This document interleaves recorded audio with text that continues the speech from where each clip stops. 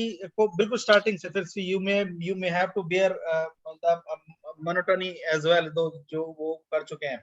तो इकोलॉजी का historical root के बारे में हम बात करते हैं कि जब से ह्यूमन सिविलाइजेशन स्टार्ट हुआ है, ह्यूमन सिविलाइजेशन का मतलब ये कि जब से अर्थ बना है तब से बहुत सारा जो सिस्टम है, मतलब स्पीसीज का, या ये कहिए कि जो लाइफ का इवोल्यूशन हुआ है इकोलॉजी एनवायरनमेंट में। बेसिकली हम अगर देखें तो लाइफ का इवोल्यूशन बहुत पहले हो चुका है, but the ability to study the changes, है ना, वो जब ह्यूमन कैपेसिटी ऐसी बिल्ट होती चली गई over a period of time की, समझ बढ़ती चलेगी, तो फिर स्टडी होनी शुरू हो गई कि कौन सी ऐसे चेंजेस हैं या कौन से ऐसे एरियाज हैं जहां पर ह्यूमन इंटरवेंशन हो रहा है या ह्यूमन इंटरवेंशन हुआ है। ठीक है, तो यहाँ पर जो हिस्ट्री है इकोलॉजी की वो उतनी पुरानी है जितनी ह्यूमन सिविलाइजेशन। और इसके बारे में अगर हम बात करते हैं तो हमारे बहुत सारे जो एंशिएंट टेक्स्ट हैं वो भी इस चीज के एविडेंस है ना, उनमें भी बहुत सारी ऐसी चीजें जो बताई गई हैं और जिनको उनमें हम कह सकते हैं कि वी कैन से उनका उनको इन्यूमरेट नहीं कहेंगे हम, उनको मेंशन किया है ना। अब बात ये आती है कि अब क्योंकि हम जो इसको फोकस रखेंगे इकोलॉजी एनवायरनमेंट को, ज्यादा से ज्यादा हम बात करेंगे अपने ज्योग्राफिकल एरिया के अंदर। दो जो इकोलॉजी का के बेसिक कंसेप्ट है वो अक्रॉस ग्लोब एग्जिस्ट करते हैं और सेम ही है वो। अगर हम एल्गे की बात करते हैं या बायोमीज की बात करते हैं, इकोसिस्टम की बात करते हैं या बायोडाइवर्सिटी की बात करते हैं, तो वो अक्रॉस ग्लोब सेम है, बट हम फैक्चुअल जो नॉलेज है वो हम अपने ज्योग्राफिकल एरिया के बारे में, मींस अपने एटलीस्ट इंडियन कंटेक्स्ट में हम उसकी बात करेंगे। ठीक है, तो यहाँ पर जो इंडियन टेक्स्ट है, जैसे हमारी बहुत सारी वेदास हैं, संहिताज हैं, ब्राह्मणाज हैं, आर्यनकाज हैं, उपनिषद हैं, उनके अंदर बहुत सारे इकोलॉजिकल कॉन्सेप्ट्स को मेंशन किया है और उनको उनका रेफरेंस भी लिया जाता है उनका। और ये ट्रिटाइज बेसिकली मेडिसिन के हैं, जैसे चरक संहिता, सुश्रुत संहिता, जहां से बहुत सारी नॉलेज, बॉडी ऑफ नॉलेज को एक्वायर किया गया for the sake of cure of diseases.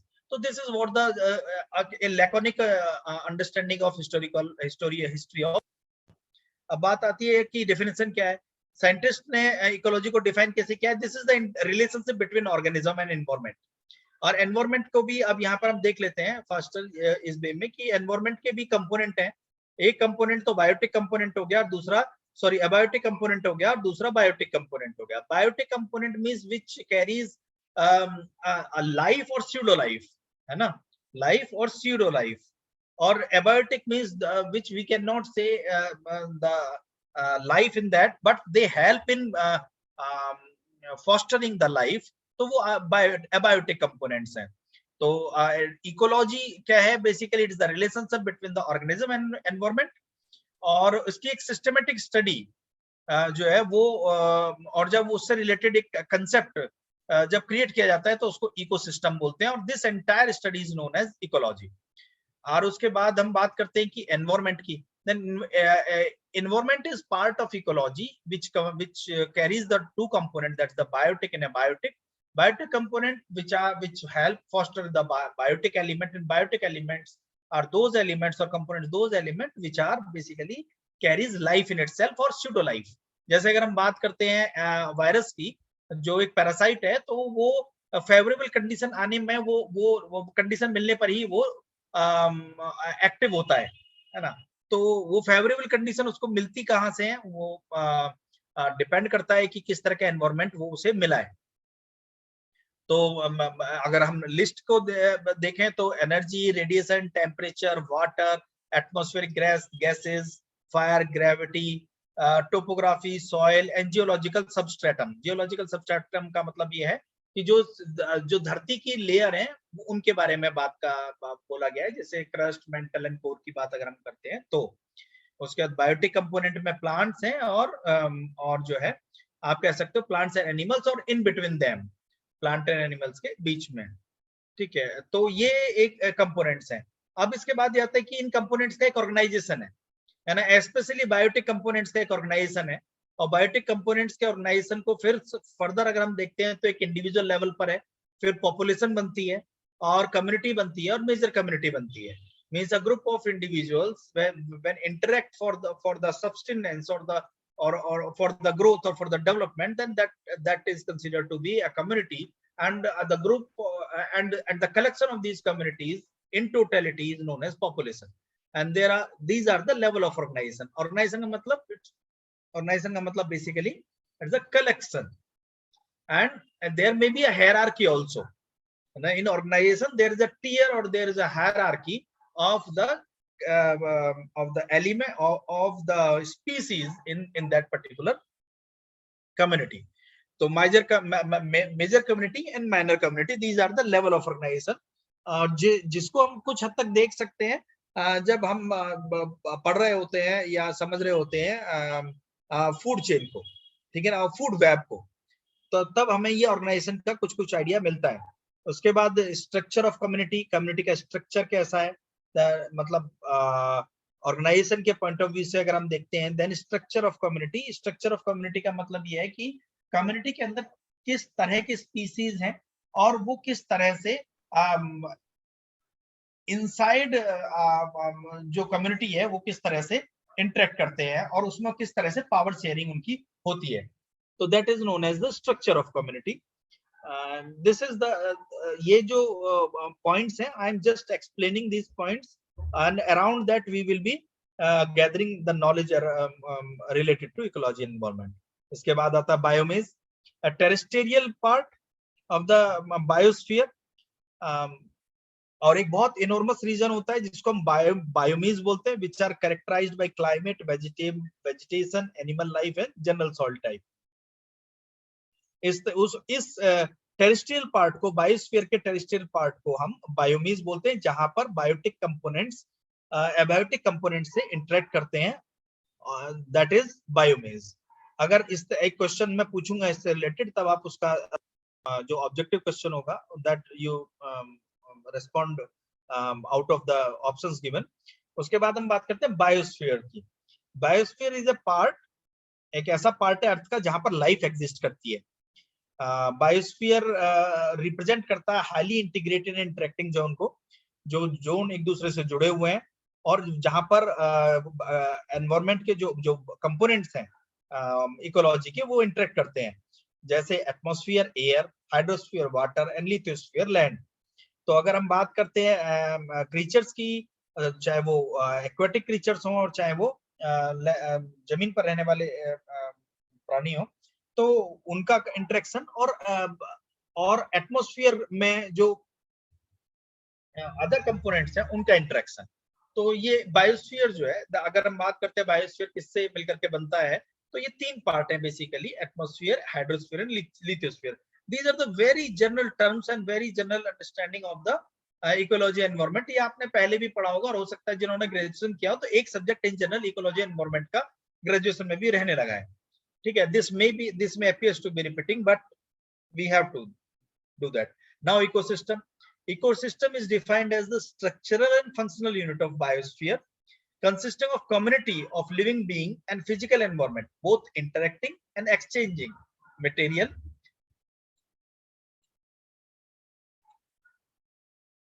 between them. It includes plant, trees, animals, fishes, birds, water, soil and people.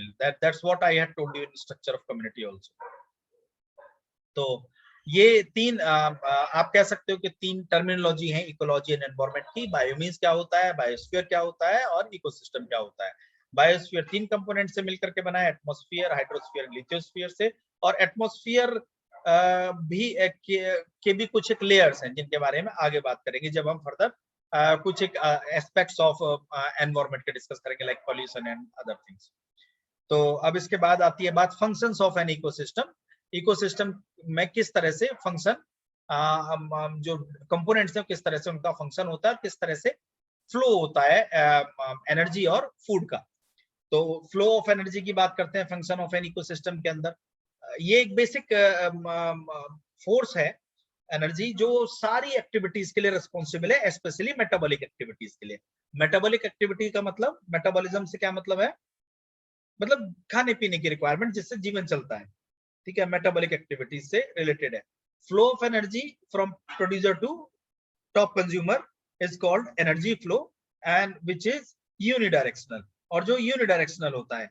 और study of trophic level interaction in the ecosystem, यहाँ trophic level का मतलब energy level से है, tropic level का मतलब energy level से है। इन the ecosystem gives an idea about the flow of energy through the ecosystem, ecosystem में एनर्जी किस तरह से फ्लो हो रही है। इसको समझने के लिए हमारे पास फिर फूड वेब का एक कंसेप्ट है, जिसके अंदर एनर्जी किस तरह से फ्लो हो रही है उसको डिस्कस किया है। ऑर्गेनिज्म इकोसिस्टम के अंदर are related to each other through feeding mechanism और trophic level. one organism becomes food for the another and the sequence of organism that feed on one another forms the food chain। अब ये एक food chain है, आप इसे देख लीजिए। ये ऑटोट्रॉफ्स है, मतलब जो अपना खाना खुद बनाते हैं। ये हेट्रोट्रॉफ्स हैं, जो मतलब आप कह सकते हो हेट्रोट्रॉफ्स से कि जो हर्बीवोर्स भी हो सकते हैं, कार्निवोर्स भी हो सकते हैं और ओमनीवोर्स भी हो सकते हैं, ठीक है। तो ये एक फूड चेन है ग्रेजिंग के पॉइंट ऑफ व्यू से। यहाँ पर प्लांट है, कैटरपिलर है, लिजर्ड है, स्नेक है, यहाँ पर अगर फाइटोप्लैंक्टन है, जूप्लैंक्टन है, फिश है, पेलिकन है। तो ये एक फूड चेन का एक प्रोसेस है जो मतलब प्रोड्यूसर टू कंज्यूमर बना हुआ है। इन जनरल जो टॉप पर आता है वो कार्निवोरस आता है, मींस जो जिसे हम कह सकते हैं कि end of the food chain. तो अब उसके बाद बात बनती है फूड वेब की। ये तो चेन के फॉर्म में आप कह सकते हो कि लीनियर रिलेशनशिप यहाँ पर दिखाया है, बट यहाँ पर ये चेन जो है एक वेब में दिख रही है। यहाँ पर रिलेशनशिप है, जैसे घास है, घास को ग्रास ऊपर खाता है, ग्रास ऊपर को स्ट्रेट हॉग भी खा सकता है, लिजार्ड भी खाती है ग्रास ऊपर को, और लिजार्ड को हॉग भी खाता है। तो इस तरह से एक वेब क्रिएट होता है। अगर ग्रास की बात करते हैं तो रैबिट ग्रास को घास खाता है, रैबिट को मतलब खरगोश को हॉग सीधा खा लेता है। इसी तरह से अगर हम नीचे के लेवल पे देखें तो घास को चूहा खाता है, चूहे को सांप खाता है, और सांप को फिर हॉग खा लेता है, और चूहे को सीधा हॉग भी खा लेता है। This way the food web is created and on the basis of their general some general question arises. अगर मैं यहाँ आपसे पूछूं तो आप मुझे बताएंगे कि इसमें pick up the correct food chain, इसमें से करेक्ट फूड चेन बताएंगे आप मुझे? एक मिनट।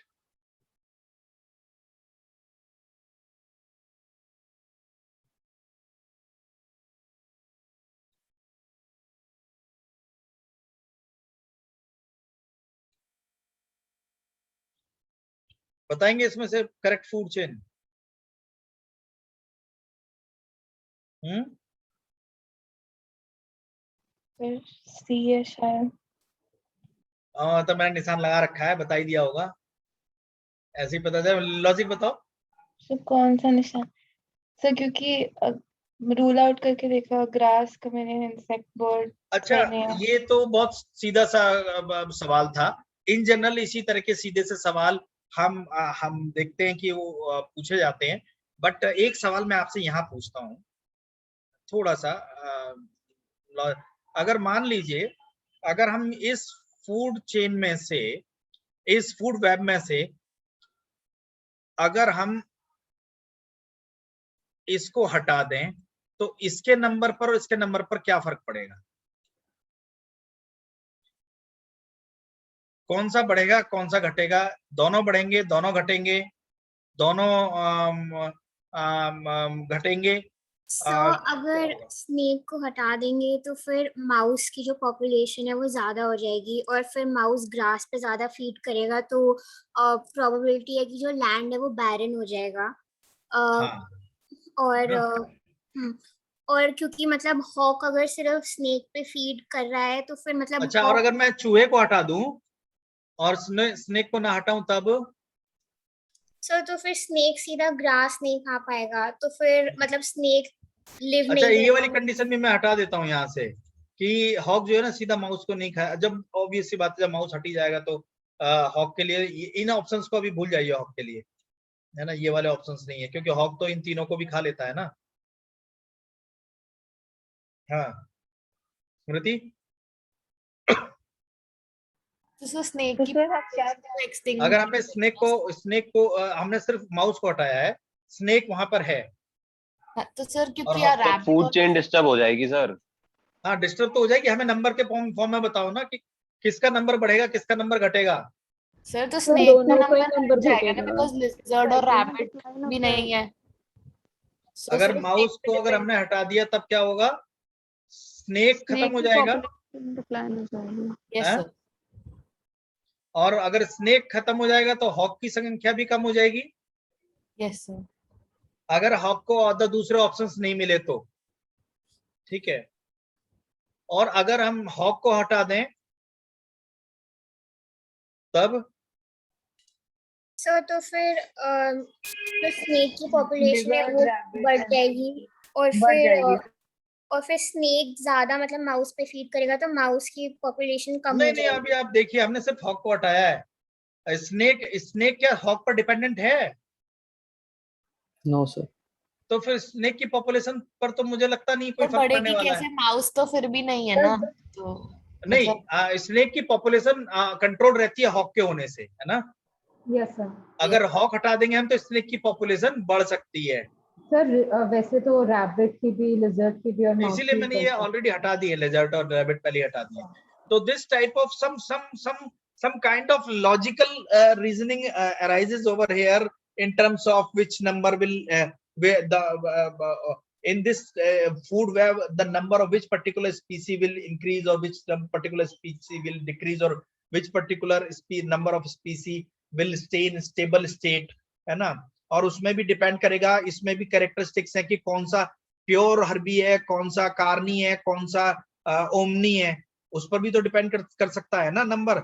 अगर मान लीजिए अगर कोई एक ऐसा स्पीसी है जो ओमनीवोरस है, जो कार्नी और हर्बी दोनों पर डिपेंड करता है, अगर हर्बी खत्म भी हो जाते हैं तो भी वो सरवाइव कर जाएगा। अगर ओमनी सॉरी कार्नी भी अगर पूरे तरह से एलिमिनेट हो जाते हैं तो भी वो सरवाइव कर जाएगा, है ना। तो अंडरलाइंग जो कैलकुलेशन के लिए तीनों कैरेक्टरिस्टिक्स को भी हमें ध्यान रखना ही होगा कि हर्बीवोरस, ओमनीवोरस और कार्निवोरस को ध्यान में रख करके जो भी एलिमिनेशन होगा उस एलिमिनेशन के का नेचर भी हमें देख लेना होगा कि वह ओमनीवोरस है या कार्निवोरस है ना।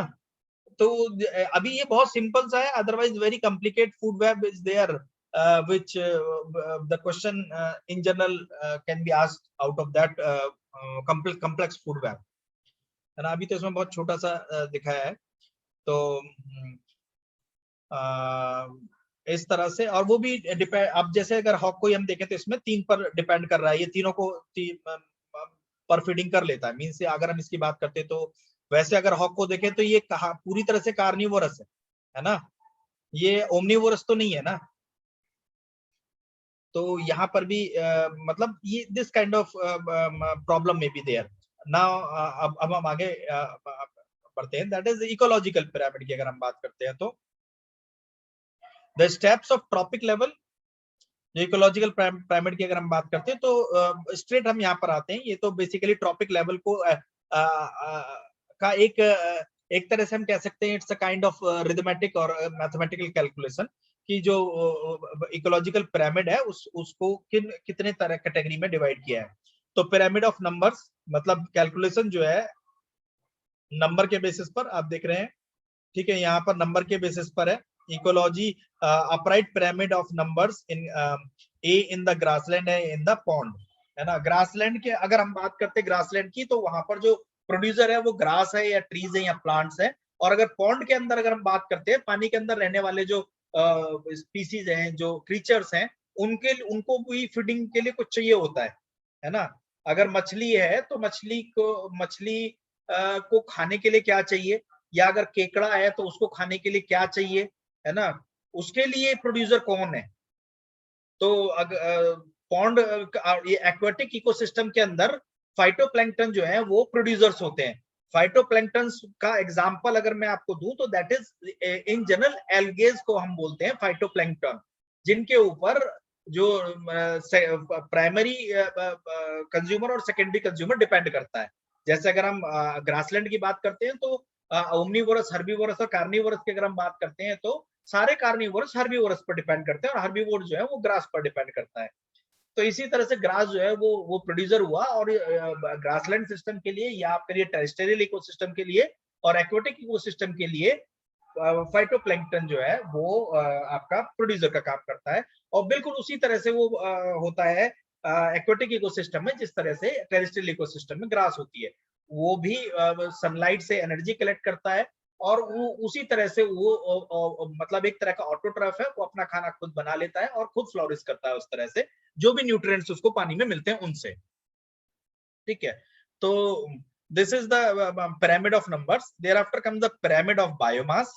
मीन्स जब पिरामिड ऑफ नंबर्स से कुछ चीजों का प्रॉब्लम नहीं सॉल्व होता है, रिलेशनशिप को बहुत ज्यादा सही तरह से नहीं समझ पाते, ट्रॉपिक जो एनर्जी के लेवल के ट्रांसफर को बहुत ज्यादा इकोसिस्टम में नहीं समझ पाते हैं, या रिप्रेजेंटेशन नहीं मतलब अंडरस्टैंडिंग नहीं क्लियर हो पाती है, तो उसको पिरामिड ऑफ बायोमास से फिर उसको उस कमी को दूर किया जाता है। उसके अंदर मतलब आप कह सकते हो कि किलोग्राम के हिसाब से फिर ये देखा जाता है कि ट्रॉपिक लेवल कैसे शिफ्ट हो रहा है। मतलब अगर नीचे अगर मान लीजिए 10,000 किलो घास है, तो ऊपर के लेवल पे पहुंचते पहुंचते जो टॉप लेवल का जो कंज्यूमर है उसका वेट कितना होगा ना, वो कितने होंगे इकोसिस्टम के अंदर, तो उनका नंबर फिर कई बार बायोमास से भी चेक किया जाता है। जैसे अगर हम यहाँ अगर ऐसे भी इन जनरल हम यहाँ पर देख लें, प्रोड्यूसर 1000 केजी है, हर्बीवोर्स 100 केजी है, प्राइमरी कार्निवोरस 10 केजी है और टॉप कार्निवोरस 1 केजी, इस तरह से। और ऐसा देखा भी गया है इन जनरल जो टॉप कार्निवोरस होते हैं उनकी नंबर्स कंपैरेटिवली कम होती है ना। तो ये तीन जो लेवल है इकोलॉजिकल पिरामिड को इस फॉर्म में कैलकुलेट करने का कोशिश किया है इकोलॉजिस्ट ने। तो pyramid of energy or productivity to compare the functional role of the trophic level in ecosystem, energy pyramid is most suitable. The energy pyramid reflects the law of thermodynamics with the conversion of solar energy into the chemical energy and heat energy at each trophic level, and with loss of energy being depicted at each transfer to another trophic level. जैसे मतलब इसके लिए specific कुछ एक formulas भी exist करते हैं जो इकोलॉजी में इकोलॉजिस्ट ने दिए हुए हैं, बट अभी आप यहाँ पर बस ऐसे देख सकते हैं सिमिलरली कि यहाँ पर अगर हमने यूज किए हैं नंबर्स, यहाँ पर हमने यूज किया बायोमास मींस किलोग्राम में, तो यहाँ पर जो ट्रॉपिक लेवल है उसको किलो कैलोरीज में मेजर किया गया। जैसे प्रोड्यूसर के केस में 1000 किलो कैलोरी, प्राइमरी कंज्यूमर के केस में 100 kilo calorie, and 10 kilocalorie and 1 kilocalorie means unit has been changed.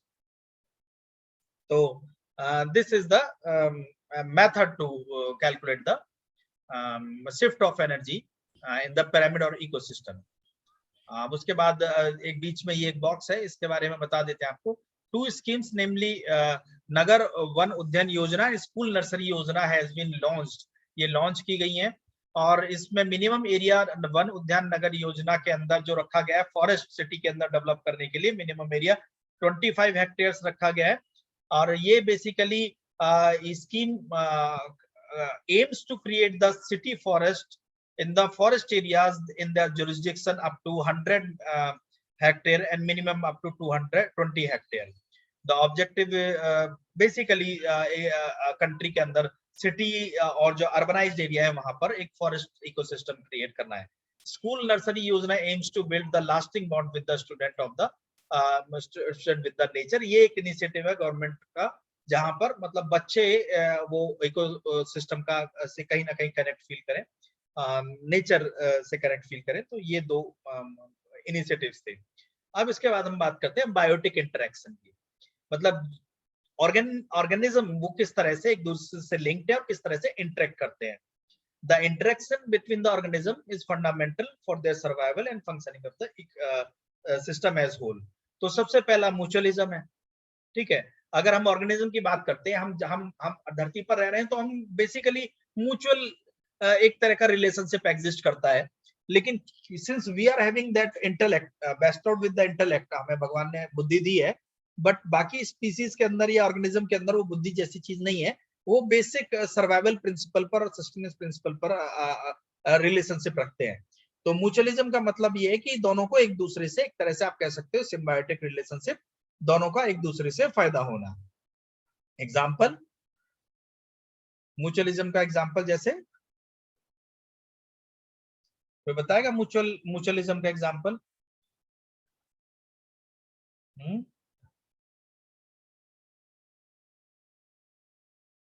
Mutual, अगर ऑर्गेनिज्म के बीच में सर म्यूचुअल, हम ये बोल सकते हैं कि जैसे बीज फ्लावर्स पर नेक्टर के लिए डिपेंड करती है, और फिर जो फ्लावर्स मतलब बीज फिर उसके बाद जाके पोलन अगर वो करेंगे तो बीज पॉलिनेशन में हेल्प करती हैं, मतलब वो कैरी, वो जो पॉलिनेशन होता है, मींस आप ये कह सकते हो कोई भी ऐसा दोनों दोनों दोनों ऑर्गेनिज्म, स्पेशली अगर हम बहुत स्मॉल सैंपल लें, सिर्फ दो को हम अगर हम लेकर के चले, किन्हीं भी दो स्पीसीज को या दो ऑर्गेनिज्म को, तो वो दोनों एक दूसरे की मदद करते हुए होने चाहिए। और चाहे तो इंटेंशन की यहाँ पर हम बात नहीं कर रहे, किसी भी तरह से एक दूसरे का उनको फायदा हो, ठीक है ना। तो दैट इज म्यूचुअलिज्म। और उसका एग्जाम्पल क्या हो सकता है?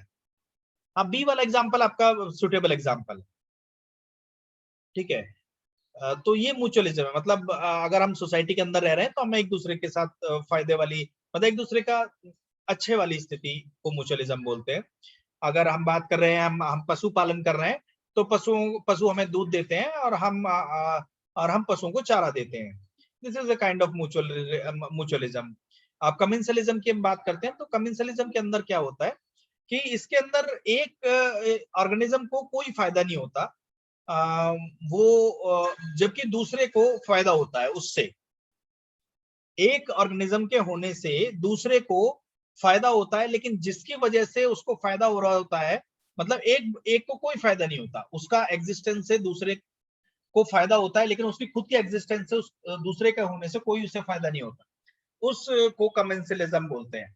आप ऐसे समझ सकते हैं कि अगर खेती कर रहे हैं हम लोग, तो अगर पेड़ लगा हुआ है तो पेड़ के नीचे जब हम बैठते हैं, या मान लीजिए आप, हम अपनी बात, हम ह्यूमंस की बात नहीं, हम बात कर रहे हैं, चलो हम बात कर रहे हैं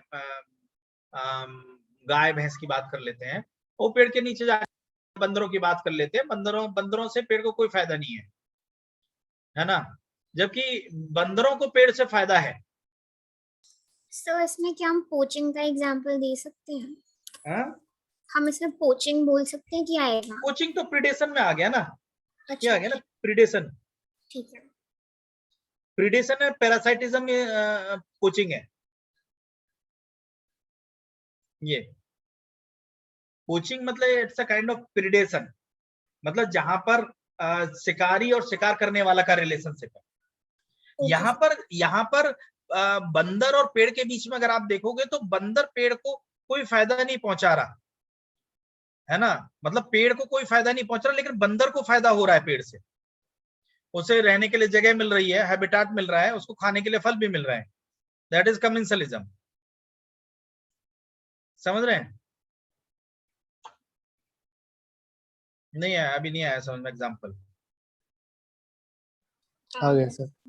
एमिंसलिज्म इसका बिल्कुल अपोजिट है।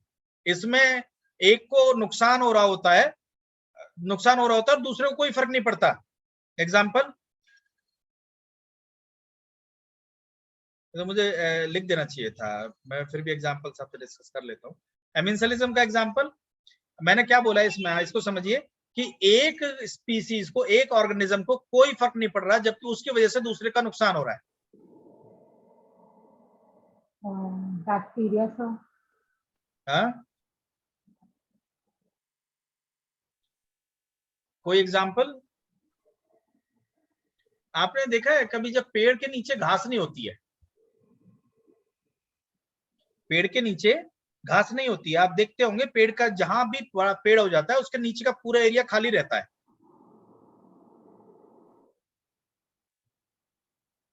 आ रही है बात कुछ समझ में? नहीं? तो घास को नुकसान हुआ पेड़ के होने की वजह से, और पेड़ को कोई फर्क नहीं पड़ा। सर कोई दूसरा एग्जांपल?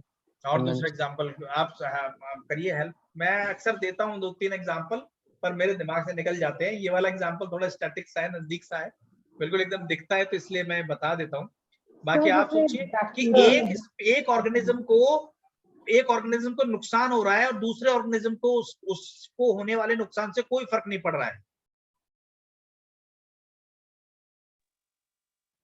एमेंसिलिज्म। सर बैक्टीरिया के एग्जांपल्स होते हैं। हाँ, बैक्टीरिया का एग्जांपल भी, ये भी एग्जांपल हो सकता है। बैक्टीरिया का एग्जांपल भी हो सकता है कि बैक्टीरिया को खुद को कोई फर्क नहीं पड़ रहा होता है, जबकि दूसरे जिस सिस्टम पर वो सरवाइव कर रहा है एक तरह से, हालांकि वो bacteria is a kind of parasite, है ना। मतलब यहाँ पर एक्चुअली बैक्टीरिया अपना सर्वाइवल भी कहीं ना कहीं ड्राइव कर रहा है, जिसको वो नुकसान पहुंचा रहा है। समझ रहे हो आप? ये डिफरेंस है। यहाँ पर कुछ भी नहीं एक्सट्रैक्ट करना है जिसका नुकसान हो रहा है या जिसको फायदा हो रहा है। आप ऐसे समझिए, अगर पेड़ है, पेड़ पर बंदर को पेड़ से फायदा हो रहा है, जबकि उसके नीचे उगने वाली घास को पेड़ से नुकसान हो रहा है, और पेड़ को कोई फर्क नहीं पड़ रहा है। सर हम ऐसे भी बोल सकते हैं कि जैसे चलते चलते अगर हम किसी चींटी को मार दे तो। हाँ, ये तो एक तरह से, हाँ ये आप बोल सकते हो, ये बोल सकते हो बिल्कुल। मतलब हाँ, उसकी वजह से बिल्कुल सही बात है। ये दिस कैन बी। निरंजना? तो मैंने ही बैक्टीरिया वाला एग्जांपल बोला। मैंने ही बैक्टीरिया वाला एग्जांपल बोला। हाँ, मतलब बैक्टीरिया वाला, लेकिन बहुत कन्विंस नहीं कर रहा है निरंजना ना, क्योंकि बैक्टीरिया जैसे जो पेनिसिलिन वाला केस होता है उसमें जिस भी वो पैरासाइटिज्म को तो कर रहा है, क्योंकि उसको भी तो एनर्जी ड्राइव कर रहा है ना वो। Yes sir. अपना फूड तो ड्राइव कर ही रहा है ना। अच्छा, पैरासिटिक जब होता है ऑर्गेनिज्म तो पैरासाइटिज्म एंड प्रीडेशन, पैरासाइटिज्म और प्रीडेशन के अंदर क्या है, ये नियरली एक जैसी चीज है। मतलब प्रीडेशन मतलब अगर शेर है वो हिरन को मार के खा रहा है, तो ये प्रीडेशन है। इसी तरह से जो वायरस है या फिर बैक्टीरिया है या किसी और कोई और दूसरा जो माइक्रो ऑर्गेनिज्म है, अगर वो अपना फूड जनरेट कर रहा है जिसको वो नुकसान पहुंचा रहा है, तब वो प्रीडेशन और पैरासाइटिज्म है। बट वो एमेंसिलिज्म नहीं है। एमेंसिलिज्म के अंदर एक तरह का न्यूट्रलिटी है। एक एंटिटी न्यूट्रल है, दूसरे को उसके न्यूट्रलिटी से नुकसान हो रहा है, दैट इज एमेंसिलिज्म। एक एंटिटी न्यूट्रल है, दूसरे को उसके न्यूट्रल होने से फायदा हो रहा है, दैट इज कमेंसिलिज्म। मतलब समझ रहे हो आप? सर जो एक वो बर्ड होता है ना, कोयल, जो क्रो के नेस्ट में अंडा देते हैं, तो किस में आएंगे? वो तो कमेंसिलिज्म में आएगा। कमेंसिलिज्म फायदा हो रहा है ना उसे, बट क्रो को तो कोई फायदा नहीं हो रहा है। अब वो क्रो, हाँ क्रो का अगर उसने क्रो का अगर लिया है ना, तो फिर तो प्रेडेशन हो गया वो। ओके, प्रेडेशन हो गया। ओके, तो प्रेडेशन हो गया वो। सर जैसे एमेंसिलिज्म में भी आ सकता सर है। जैसे हर्ड्स होती हैं, मतलब शीप्स के हर्ड्स होते हैं या काउस वगैरह होते हैं, जब ये बहुत बड़े हर्ड्स में चलते हैं। अच्छा, तो इसमें एक चीज और ध्यान रखिए कि रिलेटेड ऑर्गेनिज्म का होना जरूरी नहीं है। जैसे पेड़ और बंदर, आप अंतर समझिए। बंदर को फायदा हो रहा है पेड़ से, लेकिन पेड़ को बंदर से कोई फायदा नहीं है, दोनों अनरिलेटेड है ना। मतलब आप अगर देखो तो वो अलग काइंड ऑफ प्लांट, एक अलग फॉर्म ऑफ लिविंग है ना, और जबकि एनिमल्स अलग फॉर्म ऑफ लिविंग है, डिफरेंट फॉर्म होते। इसी तरह से एमेंसिलिज्म के अंदर भी ये जरूरी नहीं है कि दोनों सेम ही तरह के हों। आप कोई भी एक एग्जांपल इसका देख सकते हैं, सोच लीजिएगा। इट्स नॉट लाइक, बट एक आप ये कह सकते हैं कि जहां पर सूरज का उजाला नहीं पहुंचता है, सनलाइट नहीं पहुंचती है, वहां पर कुछ एक चीजें पैदा नहीं होंगी, और सनलाइट पहुंचना ना पहुंचना उसको कोई फर्क नहीं पड़ रहा है। लेकिन जिस जगह पर वो नहीं पहुंच रही है, उसको उस जगह पर नुकसान हो रहा है। दिस नहीं, again this is not very suitable example, है ना, देखिएगा इंटरनेट पर डाल करके देखिएगा मिनिमलिज्म को, ठीक है ना। और न्यूट्रलिज्म मीन्स ना मुझे कोई फर्क पड़ रहा ना तुम्हें कोई फर्क पड़ रहा, तुम अपने में खुश और हम अपने में खुश, ना तुम्हारे फायदे से हमें कोई फायदा, ना तुम्हारे नुकसान से हमें कोई नुकसान, ठीक है ना। वो न्यूट्रलिज्म हो सकता है कुछ भी, ठीक है ना। वो दो ऑर्गेनिज्म के बीच में भी एग्जिस्ट करता है। प्रीडेशन के लिए या पैरासाइटिज्म के लिए ऐसा भी होता है कि जैसे कई बार आपने देखा होगा कि एक पेड़ के ऊपर कई बार पीपल का पेड़ भी उगता हुआ देखा होगा आपने, तो वो बेसिकली पैरासाइटिज्म है। और पैरासाइटिज्म के तो खैर ऑल अक्रॉस एग्जांपल्स है, ऑल अक्रॉस एग्जिस्ट करते हैं। सर आपने कंपटीशन मिस कर दिया। हाँ कंपटीशन आपने बताया, मिस हो गया वो। हाँ, कंपटीशन, कंपटीशन एग्जैक्टली, इसमें सर्वाइवल ऑफ द फिटेस्ट वाली बात। कंपटीशन का मतलब है सर्वाइवल ऑफ द फिटेस्ट। दोनों एक दूसरे, दोनों दो ऑर्गेनिज्म कंपीट करेंगे किसी एक पर्टिकुलर रिसोर्स पर कंट्रोल करने के लिए, और अपने सर्वाइवल के लिए वो अपनी स्ट्रेंथ के लिए काम करेंगे, कैपेबिलिटी के लिए काम करेंगे। That is competition. इसमें फायदा भी हो सकता है और नुकसान भी हो सकता है, समझ रहे हैं आप। देखिए म्यूचुअलिज्म का कोनोटेशन है बेसिकली फायदा मींस सिम्बायोटिक, दोनों का फायदा। कमेंसलिज्म एक का फायदा, दूसरे को कोई फर्क ना पड़ना। कंपटीशन दोनों का फायदा भी हो सकता है, दोनों का नुकसान भी हो सकता है। प्रीडेशन एक का फायदा, दूसरे का नुकसान। एमिंसलिज्म एक का नुकसान, दूसरे को कोई फर्क ना पड़ना। न्यूट्रलिज्म ना मुझे कोई फर्क पड़ रहा है ना दूसरे को कोई फर्क पड़ रहा है, ना फायदा ना नुकसान, समझ रहे हैं। यस। ये परमिटेशन कॉम्बिनेशन समझ में आया। म्यूचुअलिज्म मतलब दोनों का फायदा, कमेंसलिज्म एक का फायदा लेकिन दूसरे को कोई फर्क ना पड़ना। कंपटीशन दोनों का फायदा भी हो सकता है, दोनों का नुकसान भी हो सकता है। प्रीडेशन एक का फायदा ही फायदा है, दूसरे का नुकसान ही नुकसान। Same is the parasitism. Amensalism एक का नुकसान, दूसरे को कोई फर्क ना पड़ना। तीसरा दोनों, सिक्स्थ वन न्यूट्रलिज्म, दोनों में से किसी को कोई फर्क ना पड़ना फायदे और नुकसान से, समझे। Okay sir. This is the biotic interaction. इस तरह से बायोटिक इंटरेक्शन होता है हमारे इकोसिस्टम के अंदर। और इकोसिस्टम के अंदर जो ये दो कंपोनेंट एग्जिस्ट करते हैं, इन दोनों में इसको इससे फायदा हो सकता है, इसको इससे फायदा हो सकता है, एक दूसरे को फायदा हो सकता है। एक को कोई फर्क नहीं पड़ रहा, दूसरे का नुकसान हो सकता है। दूसरे को दो फायदा, दूसरे को कोई फर्क नहीं पड़ रहा, इसको नुकसान हो सकता है या फायदा हो सकता है। This is what the interaction is. Biotic या बायोटिक, बेसिकली बायोटिक के बीच में इंटरेक्शन को स्टडी करना कंपैरेटिवली ज्यादा, एग्जाम्पलीफाई करना या इलस्ट्रेट करना ज्यादा सेंसिबल है, क्योंकि एबायोटिक में तो कोई बात ही नहीं है। एबायोटिक तो एक तरह से इंडिपेंडेंट है, वो एक तरह का सोर्स है ना। तो सोर्स के केस में तो वो तो फिर उस पर तो कोई फर्क ही नहीं पड़ना, वो तो एक तरह से नेचुरल फिनोमेना में चली जाती है बात।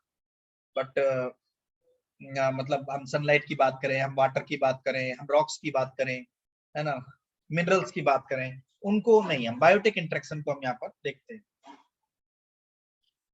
ठीक है। अब बात आती है बायो जियोकेमिकल साइकिल्स।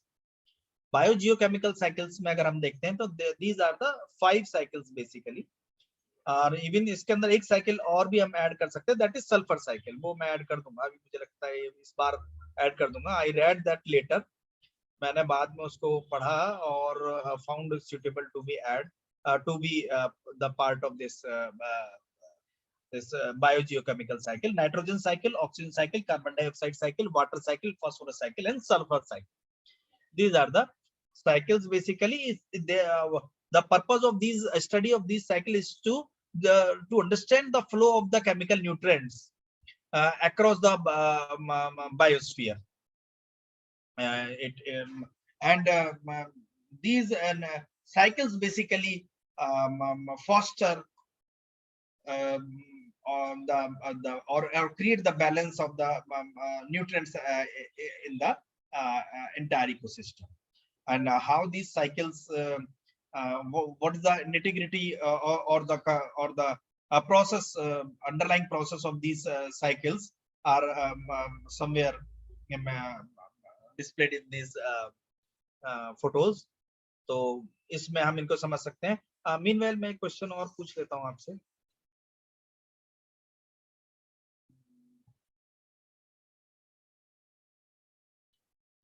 ये वाला बताइए, which of the following statement is incorrect about the biosphere?